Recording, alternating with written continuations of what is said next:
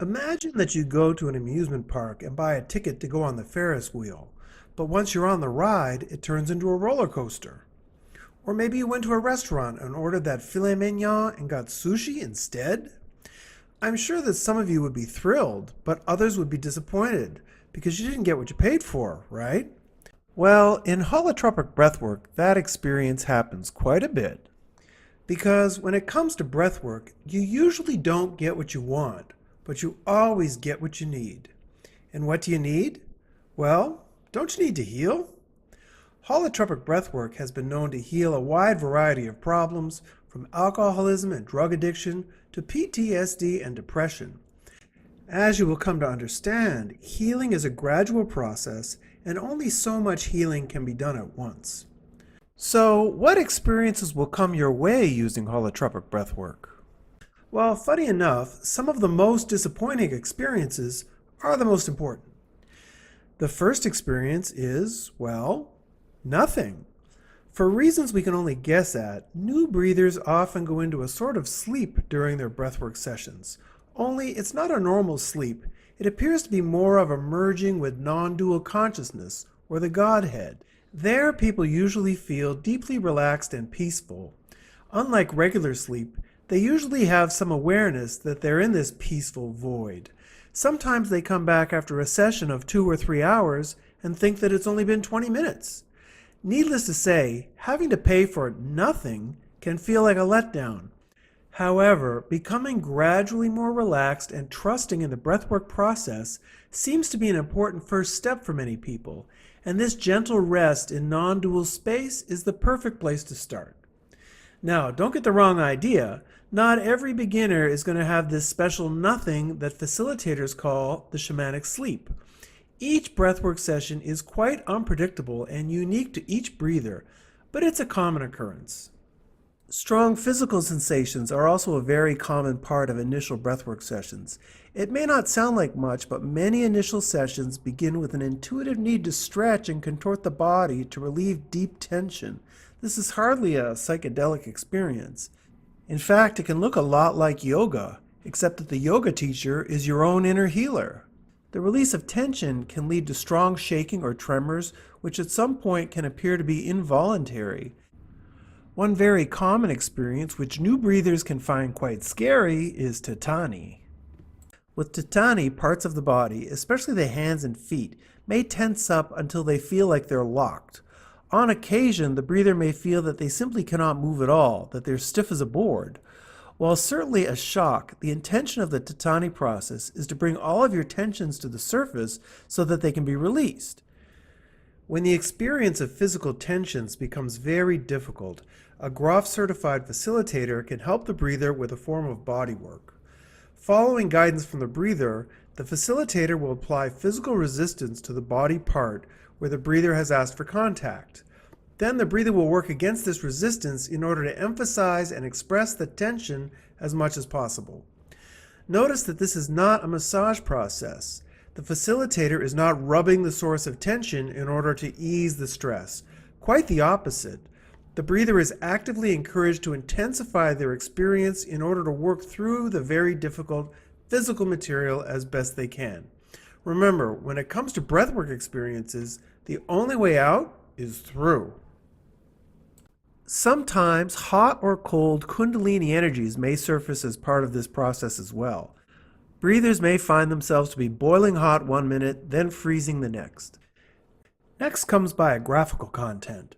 From the very beginnings of psychology, Dr. Sigmund Freud recognized that childhood trauma, especially what happens to us in relationship to our mother and father, plays a huge role in our own personal development. From the transpersonal perspective, these traumas are composed of difficult life experiences which, at the time, we protect ourselves from feeling entirely. If an experience becomes too much for us to handle, our psyche creates a blockage there, protecting us from the experience. Unfortunately, these energy blockages go on to negatively influence our entire lives, creating automatic defense responses in any situation that reminds us, on a subconscious level, of the traumatic event. We unknowingly project the unconscious material onto the people around us in our daily lives, causing unnecessary drama. It's common that the traumatic events in our lives are only partially remembered or even entirely forgotten. That's why people usually don't feel that they're traumatized. Their entire traumatic experience is often blocked out. Memories of traumatic experiences can rise to the surface in extremely vivid ways.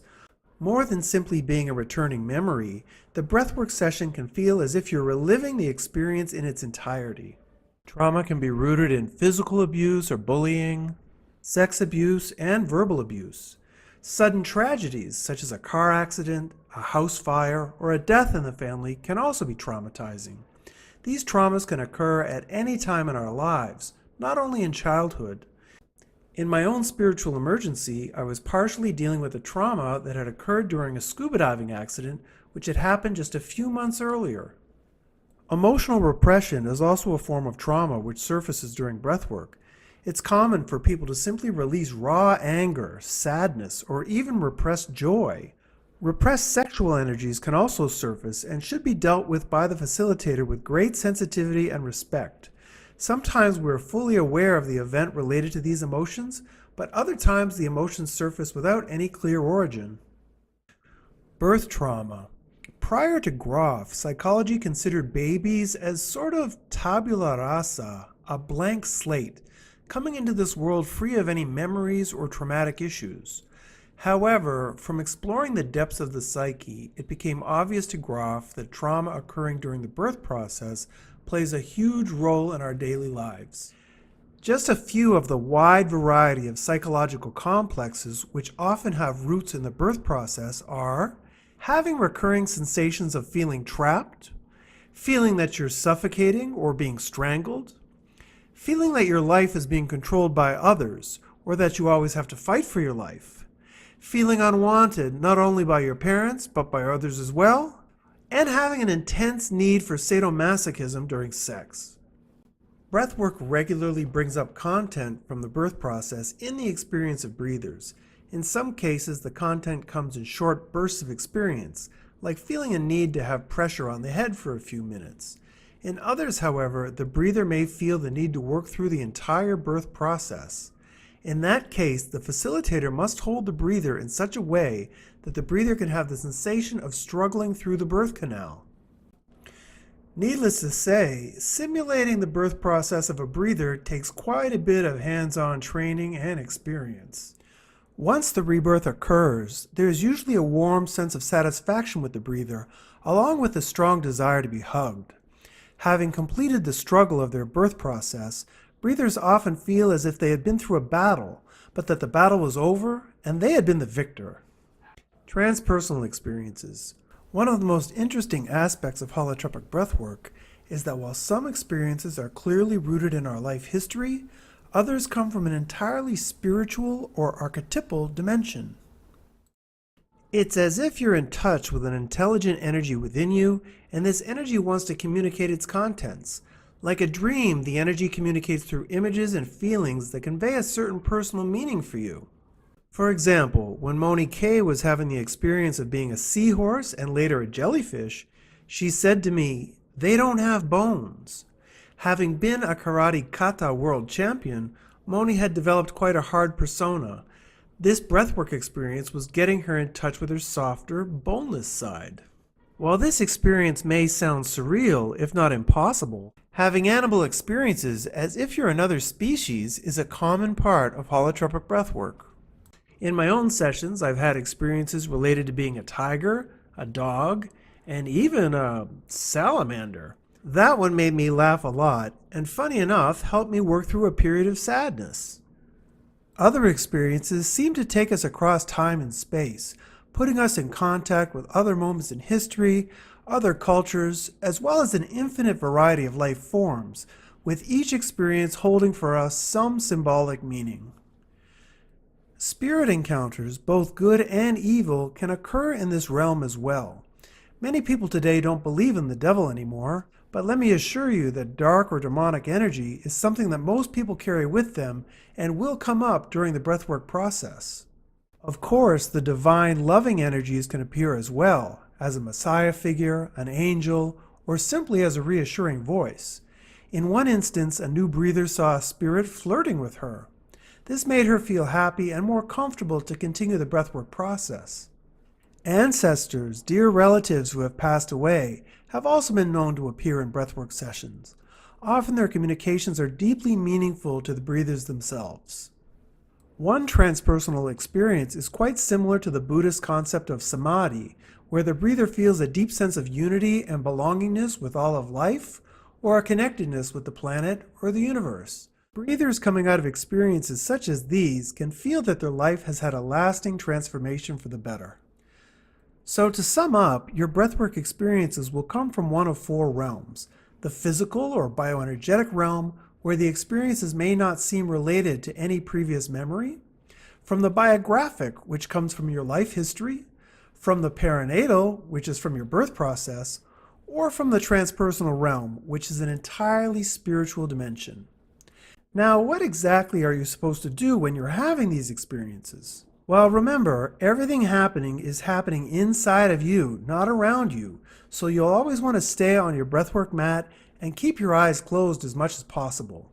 You'll also want to maintain a somewhat sacred tone, at least initially, and remember to keep an open mind for whatever arises. By far, the biggest obstacle for new breathers is self-censorship.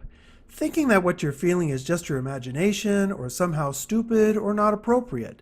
Make no mistake about it, with holotropic breathwork, you're encouraged to really let it all out. Then, with whatever comes to the surface, surf that holotropic wave as best you can. Express your inner healer. To do that, you'll want to move, shake, stretch, roll, even dance, although I'll ask you to either dance laying down or on your knees, as standing up you may lose your balance. Vocalize, scream, sing, roar, moo, and any profanity you need to blurt out is perfectly acceptable. Of course, you're going to want to release your emotions, cry, laugh, howl. And with all that said about expressing yourself, stillness is also perfectly fine, provided that it's stillness that's really coming from your heart. And here's a little trick that the advanced breathers know. The more you can express your inner healer, the deeper and more healing that inner healer will be for you. Almost as if the wave the surfer is riding becomes more awesome the better they surf it. So now that I've explained the wide variety of experiences that people can have during holotropic breathwork, I have a question for you. What are you waiting for? Hit that wave!